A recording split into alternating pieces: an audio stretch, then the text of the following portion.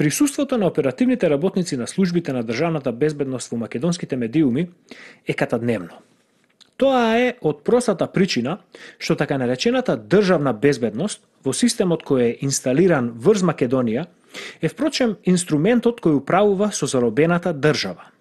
Во случајот на Македонија, суштинската задача на службата за државна безбедност нема никаква врска со безбедноста на граѓанството кое ја сочинува државата и кому според Уставот на Република Македонија му припаѓа истата држава. Сосема спротивно. Основната задача на службата за државна безбедност е поврзана со одржувањето на власт на вазалската клика која како полномошник управува со Македонија во полза на нејзиниот вистински господар, а тоа е Белград. Затоа, основното дејство на службата не е со оружје да се бори против терористи кои ја загрозуваат безбедноста на граѓаните, ниту пак со оперативно-технички мерки да ги следи и притоа да ги апси оние кои готват насилни акти против населението. Туку, нејзиното основно дејство е да го држи поведението, или во жаргонот на УДБА, држењето, на населението во согласност со правоверието кое ја одржува Македонија во статусот кво. Од тука, најбитните оперативци на службата не се типовите кои седат во некоја темна канцеларија и преслушуваат снимени разговори, или пак типовите во црни кожни мантили кои шетаат по улиците, туку типовите кои го пополнуваат медиумскиот етер. Во текот на изминатава година, еден од тие типови кој се претвори во естрадна звезда поради неговото постојано присуство на телевизиските екрани е Слободан Богоевски Цобе, поранешен началник на службата и еден од осумината од РСВР, фингираните херои од далечната 1989 година. Целта на медиумските настапи на Богоевски е да ја убеди јавноста дека пред скандалот со прислушкување наречен Големо Уво, а потоа и непосредно пред бомбите на Заев, работата на службата била апсолутно законски исправна и водена од исклучиво професионални побуди, а она што било вон законските рамки, сепак било исправно, бидејќи бандитите кои биле обработувани биле ВМРО-вски џган кој минал лесно благодарение на добродушноста на оперативците како Цобе. Богоевски е првенец во манипулацијата. Да не бил таков, не би стасал до врвот на службата. За квалитетот на неговата манипулативна способност говори тоа што тој од време на време и самиот се манипулира. На интерес секој представува отстапувањето од уставот и законите во врска со прислушувањето. Колку за јавноста, господине Богоевски, накусо да ни објасните како би изгледало едно законско прислушување? Ќе ми дозволите малце да ве вратам наназад. Ние со уставот од 1991 година во членот 17 од уставот ги загарантиравме слободата и тајноста на комуникациите на граѓаните. Таму стоеше дека се гарантира начелото на тајност, на писмата и другите средства за комуницирање. Од тоа начело може да се отстапи само во случаи на потреби за безбедноста и одбраната и водењето на кривичната постапка. Дека биле неправедно. Имаше судски например за сите нив? Да, во тој период се уште важеа старите прописи, бидејќи она несреќна одредба, членот 17 од Уставот од 1991 година, која беше толку нејасна, што подразбира, не можеше ни судски налог викат во кривична постапка. Во овие настапи станува очигледно дека од голема важност за Богоевски и неговите господари е да ги оправда и ефективно да ги смете под килимот аферите Сина птица и Дувло, кои беа насочени кон провалување, сузбивање и конечно растурање на партијата ВМРО-ДПМНЕ. Бидејќи овие афери остануваат нерасчистени во македонската јавност, а оперативните работници на УДБА ја покренуваат оваа тема, во неделите што следат, ние од Комитетот за демократизација на Македонија и Македонскиот информативен центар ќе се осврнеме со подетално внимание на овие скандали и конечно ќе ги расветлиме за македонската јавност. Во прилог на овие две афери ќе го додадеме и бонусот. Скандалот за кој никој од оперативните работници на УДБА не смее да проговори во јавноста. Аферата Бугарска амбасада. Во ова видео се осврнуваме на анализа на предизвикот на Богоевски, даден на интервју во Правда и неправда со Гордана Дувњак, каде што тој самоуверено бара да му се јави човекот кој бил прогонуван, притворан или затворан поради промакедонски побуди во периодот кога Богоевски управувал со службата за државна безбедност, односно некаде од 1991 до 1996 година. За среќа на Богоевски, ние во Комитетот за демократизација го имаме токму човекот кој тој го бара. А уште подобро, можеме да му посочиме каде да бара илјадници слични. Следува анализата на председателот на Комитетот за демократизација на Република Македонија и на Македонскиот информативен центар, политичкиот азилант Јордан Петровски. За вас се мисли особено во делот на ДПМН, ВМРО ДПМН, дека оваа партија ви била обсесија во текот на кариерата и дека практично во периодот кога вие бевте на чело на оваа служба биле најголемите прогони на, условно кажано, ВМРО-ците. Па, јас и плаќав и лична цена, не беше тоа само обсесија, него и се оно што го направија кон мене. Ова што ви се случуваше пред неколку години го поврзувате со тој период? Апсолутно, апсолутно. Зошто? Јас не сум бил обседнат, напротив. ВМРО кога се формираше 1990 година, таква каква што беше тогаш, она застана позади идејата за самостојна Македонија.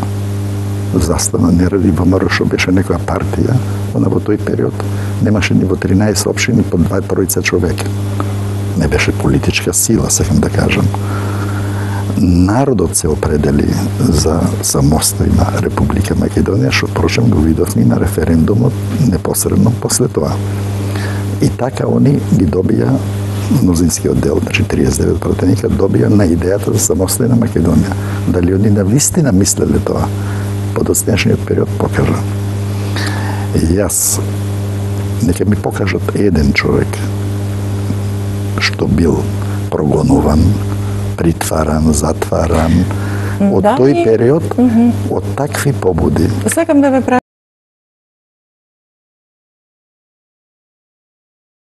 Јас сум човекот кој бил прогонуван во тој период по донесувањето на македонскиот устав заради таквите, односно промакедонските побуди. Благодарение на законот за пристап до лични досиеа, сум имал можност покрај моето да се здобиам и со префет на други преку 300 досиеа. Благодарејќи на извештајот на извршниот совет на собранието на СРМ за увид во работата на службата за државна безбедност од 1966 година, имаме јавно признание на тогашната влада дека службата за државна безбедност е централистичко-бирократска организација, што значи дека она што се случува во еден случај е вистина во сите случаи. Значено е да се забележи дека во досиеата од пред 1991 година јасно стои дека обработувањите се гонети по линија на млади националисти, ВМ, односно Ванчо-Михайловизам или ВМРО. Но во досиеата на оние кои се прогонувани после 1991 година не е забележено дека линијата на работа по која се прогонуваат овие лица е ВМРО или ВМРО ДПМН, ниту пак некоја друга политичка партија. Меѓутоа, во образецот со кој МВР ми одговара дека во нивниот архив постои моја досие, стои дека досието ми е водено од политички и идеолошки причини. За да го оправдаат своето делување во наводно независна Македонија, СДБ, УДБА, се послужила со она што го правила Црна рука на АПИС и жандармеријата на Жика Лазич во Кралска Југославија.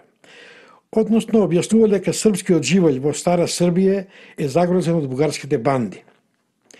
После 1945 година, сите оние кои не се согласувале со тоа што вардарскиот дел од Македонија останал во составот на комунистичка Југославија, биле прогонувани под истиот терк на кралската жандармерија.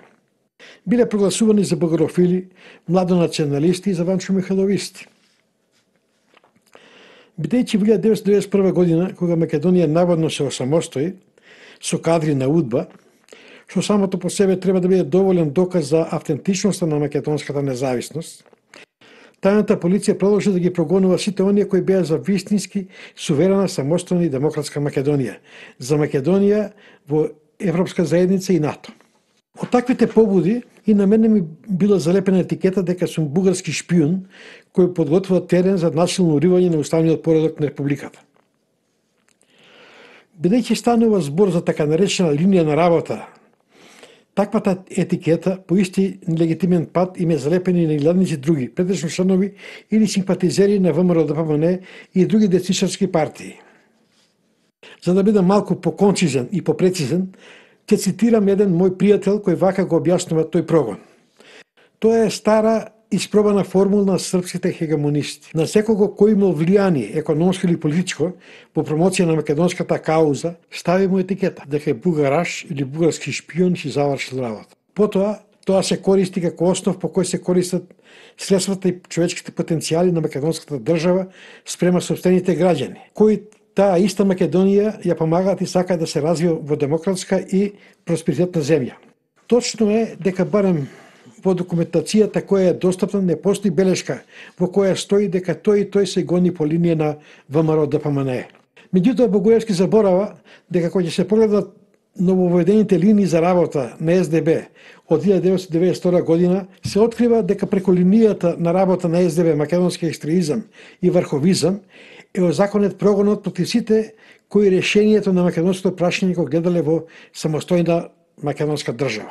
Дотолку повеќе. Во моето досие експлицитно стои дека јас сум бил сомнителен поради мојата близкост со ВМРО-ДПМН. Како и поради тоа што сум бил близок со лица кои произлегувале од семејства со исто или слично држање како и моето. Додека пак во досието на еден синдикален организатор стои дека тој кокетира со партијата ВМРО-ДПМН. Мојата претходна обработка завршила на 23.10.1996 година со решение за дерегистрација. Чин што сугерира дека ми е завршил прогонот. Причината за регистрација е, цитирам, иако беа превземени мерки и активности, не беа во целост потврдени сознанијата и податоците поради кои беше заведен. Врз основа на изнесените наводи, ценам дека нема основа за понатамошно водење на лицето во ПО. Меѓутоа, заклучувањето на мојата претходна обработка не значило и крај на мојот прогон. Напротив, се продолжило со прислушкување и следење, но беше додаден и нов момент. Сослушувања и информативни разговори со службени лица од ДБК. Последната службена белешка, која ми е достапна, е од 3.6.1998 година. Без малку 2 години по моето дерегистрирање. Зарем треба повеќе докази дека Богоевски не ја говори вистината. Во ноември 2007 година покренав кривична пријава против Богоевски, Фрчковски, Чокревски, Верушевски, Аврамовски, Јовановски и уште еден службеник во СДБ. Зошто Богоевски и останатите не побара основното јавно обвинителство да ја прифати мојата кривична пријава и преку судска постапка да докажат дека се што правеле во мојот прогон било според уставот и законот, а не да вршат притисок врз јавното обвинителство, да се најде каков било начин да се отфрли мојата кривична пријава и да не се отпочне судски процес. Во тоа брзање, јавниот обвинител, за да отфрли кривична пријава, прави катастрофална грешка. Имено јавниот обвинител ја отфрла кривична пријава како застарена, иако застареност на кривична пријава настапува после 7 месеци. Бидејќи деновиве Слободан Богоевски е само назначен борец за слобода и човекови права, како почесен председател на Комитетот за заштита на правата, може да го ангажира неговото здружение да овозможи судски процес врз основа на мојата кривична пријава. Патот да се овозможи судскиот процес не би требало да биде тежок, бидејќи јас до денеска не сум поднел барање до Врховниот суд за водено преиспитување на одлуката за застареност на мојата кривична пријава. Секако, Богоевски е валкан удбаш и негова задача во овој интервју е да ја манипулира јавноста. Валканата игра тука е во неговата изјава дека бара да му се покаже човекот кој бил затворен или притворен како дел од прогонот поради промакедонски побуди. Таков нема, а Богоевски тоа многу добро го знае. Нема затворени и притворени луѓе по линија на работа македонски екстремизам и врховизам. Токму за Богоевски да може денеска да се удира в гради и да ги дава овие празни изјави. Напротив, прогонуваните по линија македонски екстремизам и врховизам се сузбивани и репресирани во нивните секојдневни животи. Биле под постојана присмотра, биле шиканирани. им биле ускратувани можностите да заработуваат преживувачка, а се со цел да го променат своето држање, односно својот став по македонското прашање. Никој не бил затворен во 90-те години по линија на работа македонски екстремизам, тоа е точно. Но уште од 1920-те години, кога бодникавата жица од француско-германскиот фронт од Првата светска војна била поставена на југословенската граница од Романија до Албанија, Македонија била претворена во затвор. Или како што рекол францускиот дописник Анри Пози, таа била претворена во фабрика за зверови и кукавици. Ваквите 1991 година во членот 17 од Уставот ги загарантиравме слободата и тајноста на комуникациите на граѓаните. Таму стоеше дека се гарантира начелото на тајност, на писмата и другите средства за комуницирање. Од тоа начело може да се отстапи само во случаи на потреби за безбедност и одбраната и водењето на кривичната постапка.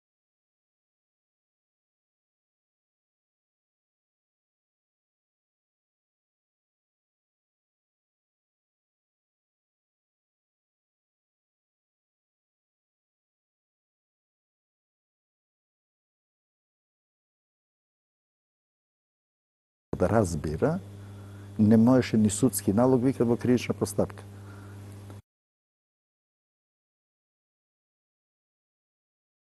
Доколку ви се допаѓа нашата содржина, ве молиме да го споделите видеото со некој ваш пријател и да се зачлените на нашиот YouTube канал, односно да кликнете на копчето subscribe и да ги вклучите нотификациите за да автоматски бидете ажурирани кога ќе го постираме нашето следно видео. Јас сум Душан Петровски. Во името на Македонскиот информативен центар ви благодарам за вниманието. До следниот пат, држете се и на душман живи не се давајте.